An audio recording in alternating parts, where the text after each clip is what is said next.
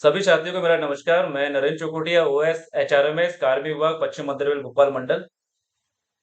अभी हाल ही में आप सभी को ज्ञात होगा कि रेलवे बोर्ड ने एक लेटर जारी किया हुआ है, जिसमें हमारे जितने भी सेवानिवृत्त कर्मचारी और दिव्यांग कर्मचारी हैं, उन सभी को एचआरएमएस के माध्यम से पास जारी किया जाना है।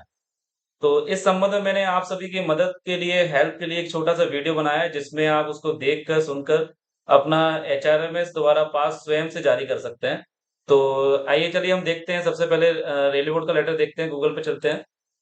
रेलवे बोर्ड का जो लेटर आया था वो 29/5/26 को आया था। इसके सेकंड पैराग्राफ में रेलवे बोर्ड द्वारा निर्देशित किया गया है कि जितने भी हमारे सेवानिवृत्त कर्मचारी हैं और दिव्यांग कर्मचारी हैं, उन सभी को जो पहले हम प्रिंटेड पास जारी करते थे, जैसे कि आपने देखा भी होगा हरा, पीला, पिंक, ये पास ना जारी करते हुए उनको अब एचआरएमएस के माध्यम से पास जारी किया जाना है। तो मैं आपको एक चीज़, बहुत अच्छी चीज़ बता देना चाहता हूँ कि एच रेलवे बोर्ड द्वारा ये सारी चीज़ें इसीलिए की गई हैं क्योंकि इसके काफ़ी बेनिफिट्स हैं और उन बेनिफिट्स के बारे में आपको से चर्चा करना चाहूँगा।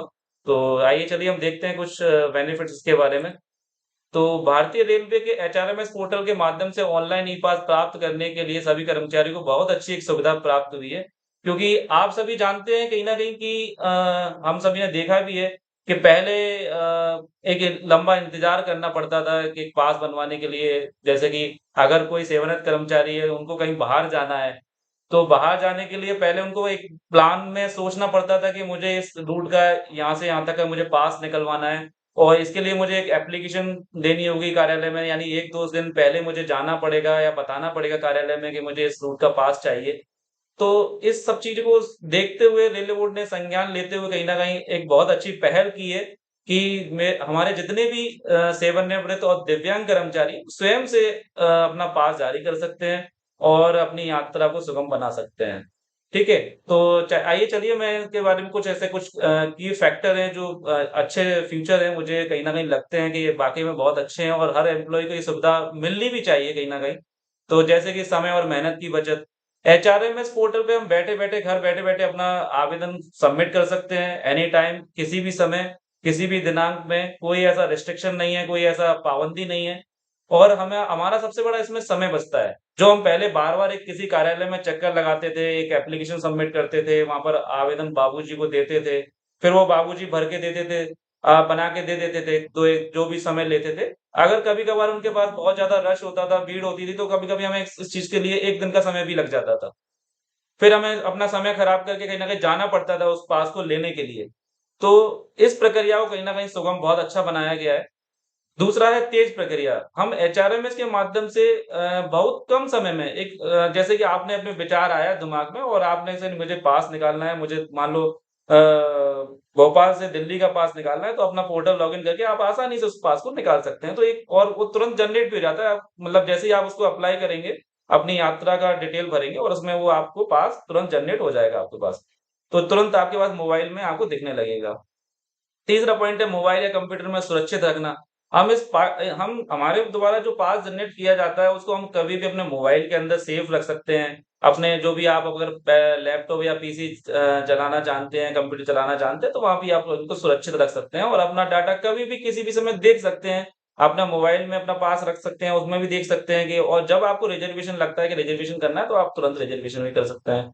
अगला जैसे रिज़र्वेशन प्रक्रिया है, तो आप सभी को मालूम होगा कि आईआरसीटी हमें एक फैसिलिटी प्रोवाइड करती है कि हम कभी भी घर बैठे किसी भी समय आईआरसीटी पोर्टल के द्वारा रिज़र्वेशन कर लेते थे।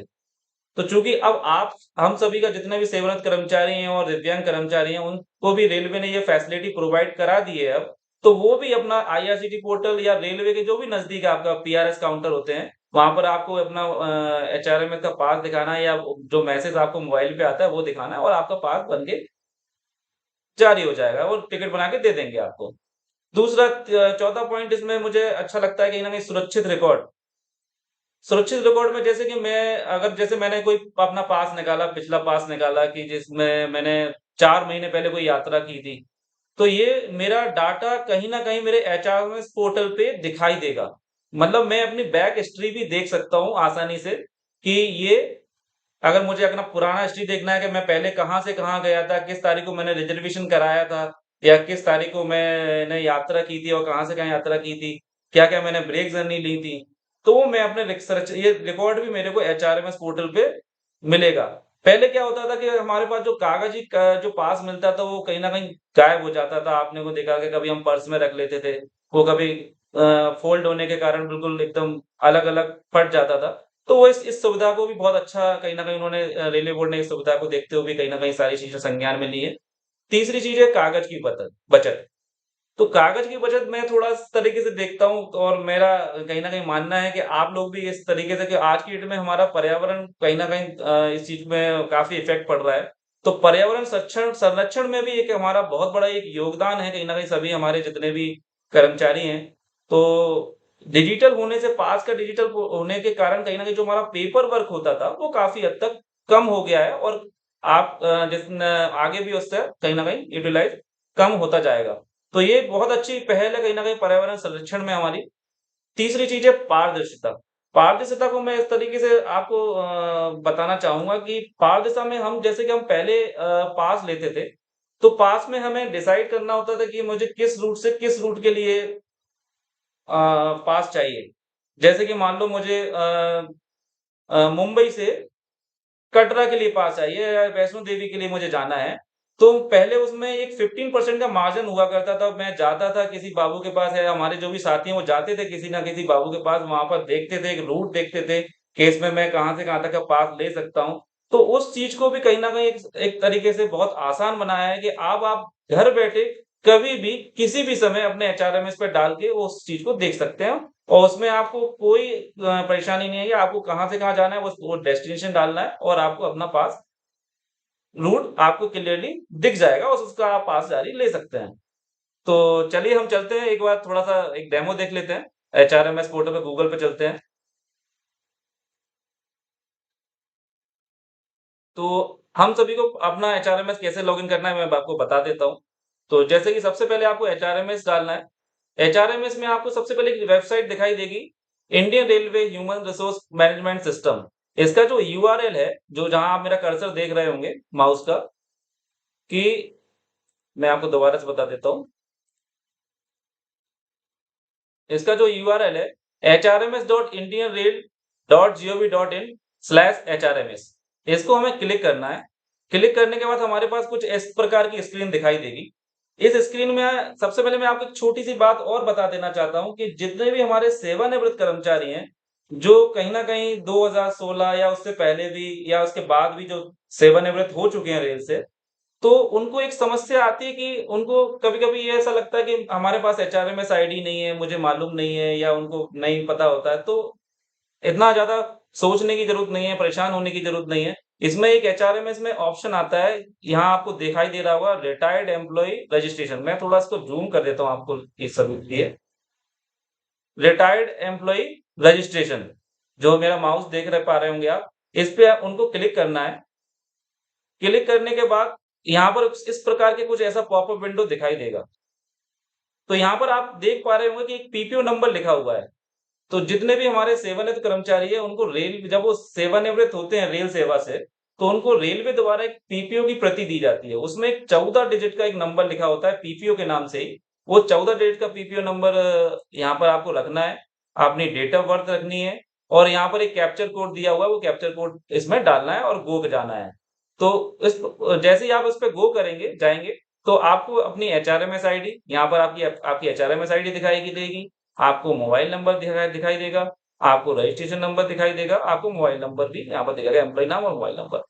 तो मेरे पास एक बाबूजी आए हुए हैं जिनका चीफ ओएस है हमारे कार्मिक विभाग से ही। तो चलिए मैं इनका एक बार थोड़ा-सा आपको दिखा देता हूँ डेमो। तो मेरे पास इनका सर का पीपीओ नंबर है। मैं इन सर की डेट ऑफ बर्थ डाल देता हूँ यहाँ पर।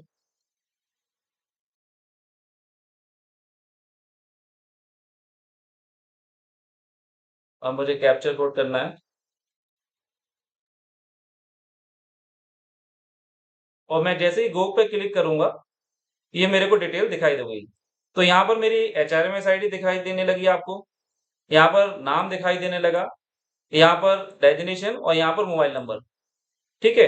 कभी-कभी एक समस्या और आती है कि जो हमारे पुराने सेवानिवृत्त कर्मचारी हैं, जिनका मेरे पास कुछ ऐसे केस आए थे कि जिनका मोबाइल नंबर ही नहीं डला हुआ है, रजिस्टर्ड ही नहीं है अभी। क्योंकि पहले अभी तक मैनुअल ले रहे थे और मैनुअल के बाद जब एचआरएमएस में आया, ये फैसिलिटी उनको मिली, तो उन्होंने जब जैसे अपना लॉगिन करके देखा, एचआरएमएस आईडी फाइंड आउट की, देखी, तो पता चला कि इसमें मोबाइल नंबर ही नहीं है। तो मैं आपको एक छोटी चीज़ और बता देना चाहता हूँ कि इसके अंदर कि जहाँ पर यदि आपका मोबाइल नंबर नहीं भरा हुआ है, यहाँ पर अगर शून्य लिखा हुआ है, 0 लिखा हुआ है, तो यहाँ पर जहाँ पर मैं आप देख पा रहे होंगे क्लिक हियर टू लॉगिन, यहाँ पर एक क्लिक हियर लॉगिन की जगह पे आपको एक रजिस्टर्ड का ऑप्शन दिखाई देगा, जिसमें एक रजिस्टर का लिखा होगा ब्लू कलर के अंदर। उस रजिस्टर को आप क्लिक करेंगे तो वहाँ पर आपका मोबाइल नंबर पूछेगा, तो अपना आप मोबाइल नंबर डालेंगे और सबमिट करेंगे तो आपका मोबाइल नंबर ऑटोमैटिकली इसके अंदर सबमिट हो जाएगा, सेव हो जाएगा। फिर उसके बाद जैसे आपको एचआरएमएस आईडी तो मिल ही गई, अब आपको क्या चाहिए? पासवर्ड चाहिए इसका। तो पासवर्ड के लिए आप क्या करेंगे कि जैसे ही आपको एचआरएमएस आईडी मिल जाती है, मैं यहाँ से कॉपी कर लेता हूँ और इसको मैं क्लोज़ कर देता हूँ या बंद कर देता हूँ। पासवर्ड के लिए भी यहाँ पर एक छोटा-सा ऑप्शन दिया हुआ है फॉरगेट पासवर्ड, तो मैं थोड़ा-सा ज़ूम करके दिखा देता हूँ आपको। फॉरगेट पासवर्ड, इस पे हम क्लिक करेंगे और क्लिक करने के बाद ये हमसे कुछ 2 चीज़ें पूछेगा।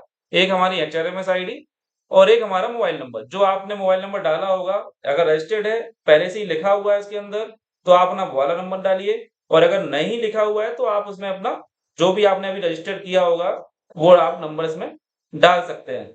ठीक है? तो जैसे ही आप नंबर डालेंगे इसके अंदर, तो आपके पास ओटीपी आएगा, अपना पासवर्ड आप दोबारा से रीसेट कर सकते हैं। तो चलिए मैं एक अब लॉगिन करता हूँ।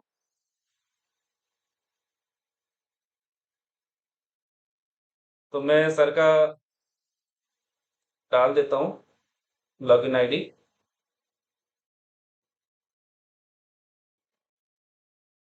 यहाँ पर जो कैप्चर कोड है वो मैं देख रहा हूँ।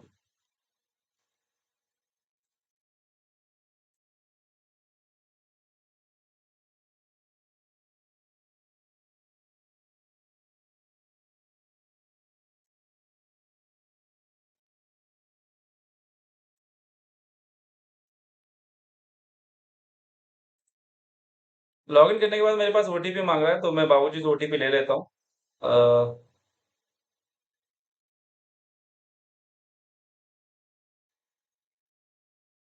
अब यहाँ पर हम लॉगिन कर रहे हैं। लॉगिन करने के बाद मेरे को इस प्रकार कुछ डिटेल दिखाई देगी। डिटेल पे मुझे यहाँ पर अपना एम्प्लॉयी सेल्फ सर्विस पे जाना है। एम्प्लॉयी सेल्फ सर्विस पे जाने के बाद यहाँ पर आप देख पा रहे होंगे, एक 2 मेन्यू मेरे पास दिखाई दे रहे हैं यहाँ पर। एक तो पॉपअप मेरे को यहाँ पर दिखाई दे रहा है, पास का दिख रहा है, आइकन दिखाई दे रहा है और दूसरा मुझे एक सेटलमेंट का दिखाई दे रहा है।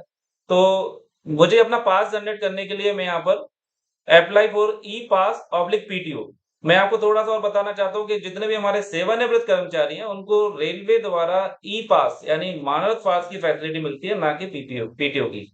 तो इसमें जैसे ही आप अप्लाई करेंगे या जैसे ही आप क्लिक करते हैं इसके ऊपर, तो आपको केवल और केवल मानव पास की फैसिलिटी दिखाई देगी आपको, कॉम्प्लीमेंट्री पासेस। तो जैसे कि आप देख पा रहे होंगे यहाँ पर डिफ़ॉल्ट ही आ रहा है, पोस्ट रिटायरमेंट कॉम्प्लीमेंट्री पासेस। तो जैसे कि सर के यहाँ पर डिटेल दिखाई दे रहे हैं, तो यहाँ से 26 में सर के पास 2 सेट मिले हुए हैं और 4 हाफ सेट मिले हुए हैं और 1 फुल सेट अभी सर का रिमेनिंग है और 3 हाफ सेट सर के अभी बाकी है, बचे हुए हैं। तो 3 हाफ सेट बचे हुए हैं, तो इससे पहले मैं आपको थोड़ा-सा एक चीज़ और जानकारी बताना चाहता हूँ कि जैसे कि हमारे पास जैसे मैं पास अप्लाई करने के लिए जाता हूँ, तो मेरे पास 2 प्रकार से ऑप्शन आते हैं। एक मेरे पास फुल सेट निकालने का ऑप्शन आता है, एक मेरे पास हाफ सेट निकालने का ऑप्शन आता है। तो जैसे कि मुझे अगर फुल सेट निकालना है, तो मुझे एक ही पास में अप्लाई करने के लिए अलग-अलग जर्नी देके, जैसे मान लो मुझे भोपाल से दिल्ली जाना है, तो भोपाल से दिल्ली, फिर दिल्ली से भोपाल, इस तरीके से। और मेरे पास इस तरीके से हाफ सेट भी मैं निकाल सकता हूँ। तो मैं हाफ सेट साथ बाबूजी का कहना है कि हाफ सेट निकालना है, तो हाफ सेट मैं निकाल के दिखा देता हूँ आपको। तो जैसे कि हाफ सेट मैं क्लिक करता हूँ यहाँ पर, जो आप देख पा रहे होंगे अप्लाई एंड व्यू दिखा आ रहा है। यहाँ पर मैं क्लिक करूँगा, तो यहाँ पर मुझे कुछ ऐसी इन्फॉर्मेशन सर की दिखाई देगी कि जो पहले से ही, इसमें आपको कुछ नहीं करना है, ये पहले से ही भरा हुआ आपको दिखाई देगा। आपको जाना है यहाँ पर outward journey detail. Outward journey detail में आप जैसे ही जाएँगे, तो आप आपसे 2 स्टेशन पूछेगा कि आपको कहाँ से कहाँ जाना है।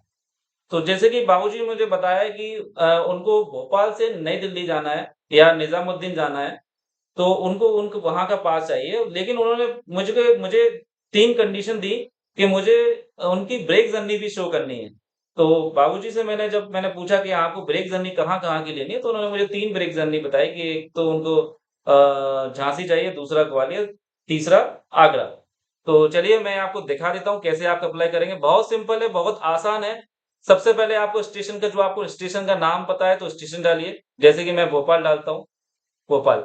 आप यहाँ पर डायरेक्ट अपना भोपाल का कोड भी डाल सकते हैं, कोड से भी आ जाएगा और आप स्टेशन का नाम भी लिखेंगे तो वहाँ पर भी आ जाएगा। तो जैसे कि भोपाल जंक्शन ये आ गया, भोपाल जंक्शन का कोड जैसे बीपीएल है, तो अगर मैं बीपीएल भी डालता तो मुझे बीपीएल से दिखाई दे जाता।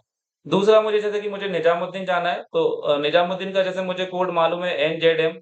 यदि नहीं मालूम है तो आप हज़रत निजामुद्दीन भी डाल सकते हैं तो आपका यहाँ पर आ जाएगा। तो जैसे कि दिल्ली हज़रत निजामुद्दीन मैंने डाला, यहाँ पर उसने पकड़ लिया और ये मेरे पास हज़रत निजामुद्दीन शो किया हुआ आ गया। अब यहाँ पर आप अपनी ब्रेक जर्नी ले सकते हैं कि जैसा कि मुझे बताया है कि ब्रेक जर्नी जैसे कि मुझे एक वीजीएलजे झांसी चाहिए, वीजीएलजे। तो इसको मेरे को यहाँ पर एक ऑप्शन दिखाई देता है ऐड का। जितनी मैं ब्रेक ऐसा नहीं है कि मैं ब्रेक जर्नी 3 ही ले सकता हूँ। जितना भी मुझे लगता है कि मुझे ब्रेक जर्नी 4 चाहिए, 3 चाहिए, 2 चाहिए या उससे ज़्यादा चाहिए तो मैं यहाँ पर ऐड कर के ब्रेक जर्नी यहाँ पर ले सकता हूँ। तो जैसे ही मैं यहाँ पर वे वीजीएलजी ब्रेक जर्नी डाला और मैं ऐड करूँगा, तो मेरा वीजीएलजी का कोड यहाँ पर दिखाई देगा। आप देख पा रहे होंगे मेरा माउस दिखाई दे रहा है, तो यहाँ पर मेरे को वीजीएलजी का कोड दिखाई देगा। फिर अगला मैंने ब्रेक जर्नी ले लिया ग्वालियर, तो ग्वालियर को मैं जैसे ही ग्वालियर लिखूँगा जी ग्वालियर, तो ग्वालियर मेरे को जंक्शन आ गया, तो ग्वालियर तो ऐसे मैं ऐड कर देता हूँ। तीसरा मुझे मैं लिखता हूँ आगरा, एजीसी, मुझे कोड मालूम है, आप यहाँ पर स्टेशन का नाम भी लिख सकते हैं, तो वो भी आ जाएगा। तो आगरा मैंने ले लिया। अब यहाँ पर बाबूजी मैं देख पा रहा हूँ कि बाबूजी के यहाँ पर कुछ आश्रित सदस्य हैं, डिपेंडेंट सदस्य हैं, जो डिपेंडेंट में इनका एक तो खुद का ही नाम लिखा हुआ है, दूसरा इनका मैडम का नाम लिखा हुआ है, तीसरा सन का, चौथा डॉटर का नाम लिखा हुआ है। तो ये जो आप यहाँ पर जो जैसे ही इनको चेक बॉक्स पे छोटे-छोटे बॉक्स दिखाई देंगे, यहाँ पर आपको क्लिक करना है और क्लिक करने के बाद एक ग्रीन कलर के हो जाएँगे और राइट का साइन लिखा आएगा इस पे, आपको दिखाई देगा। इसी प्रकार आप यहाँ पर आप अगर कोई अटेंडेंट या ट्रैवलिंग लेना चाहते हैं, तो आपको रेलवे फैसिलिटी मिली हुई है, तो आप यहाँ पर उसको भी क्लिक कर सकते हैं और नहीं मिली हुई है, तो आप इसको छोड़ सकते हैं। और सेकंड पे यहाँ पर लिखा होता है I want to carry cycle, motorcycle, तो यहाँ पर भी आप क्लिक कर सकते हैं। तो जैसे मैं यहाँ पर भी क्लिक कर देता हूँ। इससे पहले मैं आपको एक छोटी चीज़ और बताना चाहता हूँ कि जैसे कि यहाँ पर ये मेंबर जो family dependents and family member, इसमें क्या होता है कि जब आप सेवानिवृत्त होते हैं, तो सेवानिवृत्त के समय आपके पीपीओ में कुछ मेंबर लिखे होते हैं, जिसमें आप कहीं न कहीं पीपी रिटायरमेंट या सेवानिवृत्ति के समय आप रेल प्रशासन को एक जानकारी देते हैं, बुकलेट के माध्यम से कि ये इतने-इतने व्यक्ति या इतने-इतने सदस्य मेरे ऊपर आश्रित रहेंगे। तो व जैसे ही आपको इसमें अगर लगता है कि जैसे कि इसमें कुछ आपके सदस्य हैं या पीपीओ में, तो जैसे कि आपके पीपीओ में वो सदस्य भरे हुए हैं, तो वही मेंबर यहाँ पर शो होंगे। और यदि आपको लगता है कि मुझे आपको भविष्य में अगर किसी मेंबर को ऐड करवाना है मुझे या मुझे जुड़वाना है, तो इसके लिए मुझे कहीं न कहीं इसमें क्या करना होगा कि जितने भी सदस्य मैं ऐड करवाना चाहता हूँ, तो मेरे पीपीओ के माध्यम से मैं इसमें ऐड करवा सकता हूँ। ठीक है? तो सबसे पहले आपका जो भी अगर कोई सदस्य नया ऐड होता भी है, तो पहले वो पीपीओ में सदस्य ऐड होगा। जो भी उसकी प्रक्रिया होती है, वो आपको फ़ॉलो करनी होगी। तो अभी हाल-फिलहाल कहीं न कहीं अपन चलते हैं कि यहाँ पर आपकी भोपाल जर्नी डिटेल हो गई, आउट जर्नी डिटेल दिखाई दे रही है आपको। दूसरा आपने ब्रेक जर्नी भी डाल दिया। तीसरा आपने अपने परिवार सदस्यों को भी इसमें शामिल कर लिया। आप देख पा रहे होंगे यहाँ पर जो ग्रीन चेक बॉक्स दिखाई दे रहे हैं, ये भी शामिल कर लिया। चौथा आपने अगर कोई सामान मोटरसाइकिल या अगर कहीं से कहीं दूसरी जगह से लेके जाना चाहते हैं, जो भारी वस्तुएँ हैं कहीं न कहीं, तो आप उसको भी आप इज़िली यहाँ पर लेके जा सकते हैं, चेक बॉक्स पे क्लिक कर सकते हैं। किसी पार्सल बुकिंग या किसी में आपको बुकिंग इसके माध्यम से भी करा सकते हैं। तो जैसे ही अब मेरे को देखना है कि मेरे द्वारा जो लिया गया पास है भोपाल से निज़ामुद्दीन के लिए, क्या ये सही है? तो इसके लिए मुझे चेक करने के लिए यहाँ पर मेरे को 2 ऑप्शन मिलते हैं, एक तो प्रीव्यू, एक तो सेव एंड ड्राफ्ट और एक दूसरा है प्रीव्यू एंड जनरेट पास। तो मैं प्रीव्यू करके देख लेता हूँ। तो प्रीव्यू करेंगे तो यहाँ पर मुझे इस प्रकार से एक प्रीव्यू टेम्परेरी पास दिखाई दे रहा है कि आपके जो डिटेल भरी गई है, वो सही है कि नहीं? तो जैसे कि यहाँ पर आप देख पा रहे होंगे कि मेरे पास 2026 का पास जनरेट हो गया है। अभी जनरेट नहीं हुआ है, मतलब दिखाई दे रहा है। इसमें मेरे पास 2 ऑप्शन आते हैं, जैसे ही मैं जनरेट पे क्लिक कर दूँगा तो ये मेरा पास बन के तैयार हो जाएगा रेडी, मेरे मोबाइल में मैसेज आएगा और मैं यहाँ पर मेरे को पास शो होने लगेगा, मैं डाउनलोड भी कर सकता हूँ इज़िली। तो अभी मैं जनरेट नहीं कर रहा हूँ, मैं आपको इसके बारे में थोड़ी जानकारी और देना चाहूँगा कि जैसे कि मेरे पास मेरा लिखा आ रहा है, पास टाइप आ रहा है, पोस्ट रिटायरमेंट कॉम्प्लीमेंट्री पासेस 2026 लिखा आ रहा है। अगर आपने फुल सेट लिया है या हाफ सेट लिया है, तो वो भी आप देख पा रहे हैं कि यहाँ पर मैंने अभी हाफ सेट अप्लाई किया था, तो हाफ सेट मेरे पास दिखाई दे रहा है। तीसरा चीज़, एक बहुत अच्छी चीज़ बताना चाहता हूँ, हम लोग कभी-कभी परेशान हो जाते हैं एम्प्लॉयी का नाम। तो यहाँ पर मैं आपको एक चीज़ बताने देना चाहता हूँ कि कुछ मेरे पास है कि कुछ समस्याएँ आई थी, कुछ 1-2 मेरे पास रिटायर्ड सेवानिवृत्त कर्मचारी कर्मचारी आए थे, तो उन्होंने कहा कि बाबूजी मेरा पास निकालते समय वहाँ पर मेरा पूरा नाम दिखाई नहीं दे रहा है। तो चूँकि मैं आपको इसके बारे में बताना चाहता हूँ कि रेलवे बोर्ड द्वारा जो इसका जो स्टैंडर्ड बनाया गया है, वो 16 डिजिट का बनाया गया है। 16 डिजिट कह लो या 16 अल्फ़ाबेट कह लो, स्पेस के साथ। यानी आपको यहाँ पर जो नाम दिखाई देगा, वो 16 अक्षर का ही दिखाई देगा। अगर उसमें कोई अक्षर कट रहे हैं, तो परेशान होने की ज़रूरत नहीं है। वो आपको पूरा सिस्टम के अंदर आपके पास है, आपको जब रिज़र्वेशन आप करेंगे आईआरसीटी पोर्टल से, तो आपको भी उतना इतना जितना इसमें दिखाई दे रहा है, वही आपको भरना है।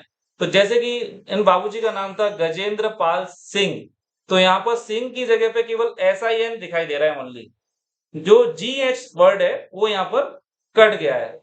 अब आगे मैं देख पा रहा हूँगा क्योंकि ये एक्चुअल में ये 16 डिजिट ही पकड़ता है, तो इसलिए 16 जब आपको परेशान होने की ज़रूरत नहीं है, आवश्यकता नहीं है, 16 डिजिट ही यहाँ पर दिखाई देंगे या 16 अक्षर ही दिखाई देंगे।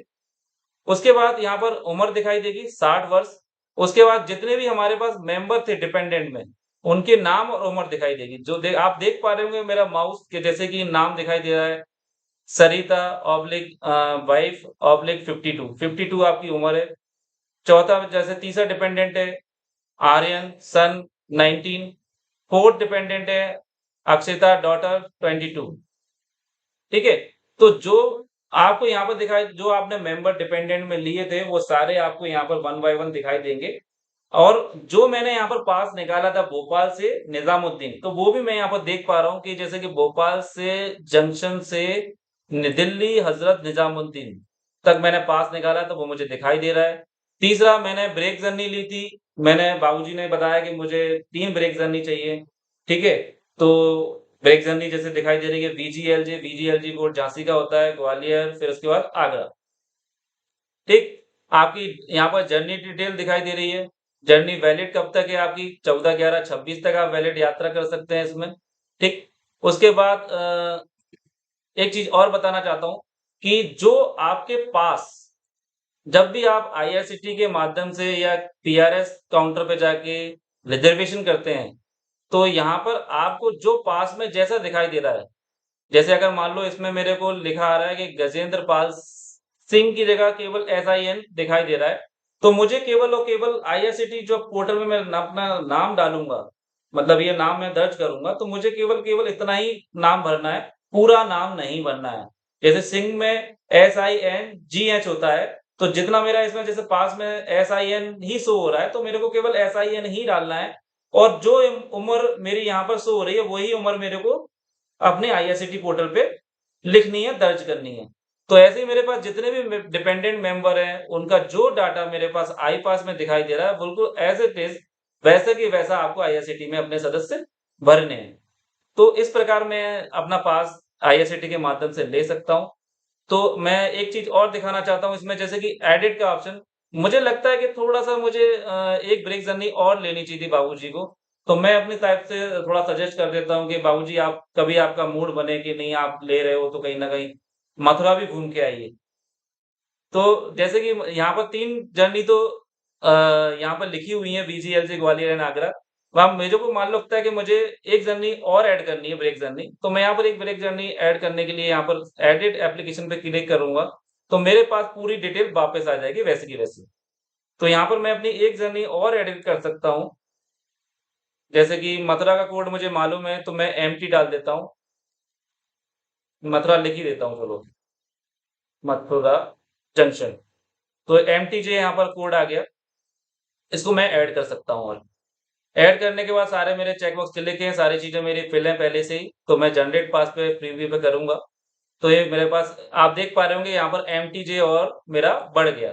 तो इस प्रकार मैं जितनी चाहे ब्रेक जर्नी ले सकता हूँ, हटा सकता हूँ और इस प्रकार मैं अपना पास जारी कर सकता हूँ। तो जैसे कि अभी मेरे पास अभी टेम्परेरी पास शो हो रहा है, तो अब मैं इसको जैसे जैसे ही यहाँ पर जनरेट करूँगा, तो जनरेट करने के बाद मेरे पास एक मोबाइल पे एक मैसेज आएगा। उस मैसेज में मेरा एक यूनिक नंबर दिखाई देगा, एक पिन दिखाई देगा और मेरे जितने भी मेरे ऊपर आश्रित सदस्य हैं या जितने भी जैसे कि बाबूजी के ऊपर आश्रित सदस्य हैं, उनका नाम दिखाई देगा।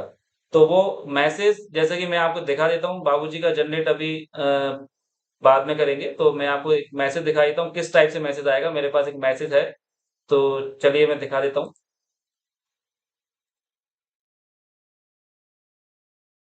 तो इस प्रकार से आपके पास एक मोबाइल पे मैसेज शो होगा कि जिसमें यूपीएन नंबर आपका लिखा होगा, यूनिक पास नंबर, ये एक नंबर होता है, ठीक है? उसके बाद आपका यहाँ पर पास लिखा होगा, कब जारी हुआ, वो 26 लिखा होगा, कब से कब जारी हुआ, दिनांक लिखी होगी, एक पिन होगा।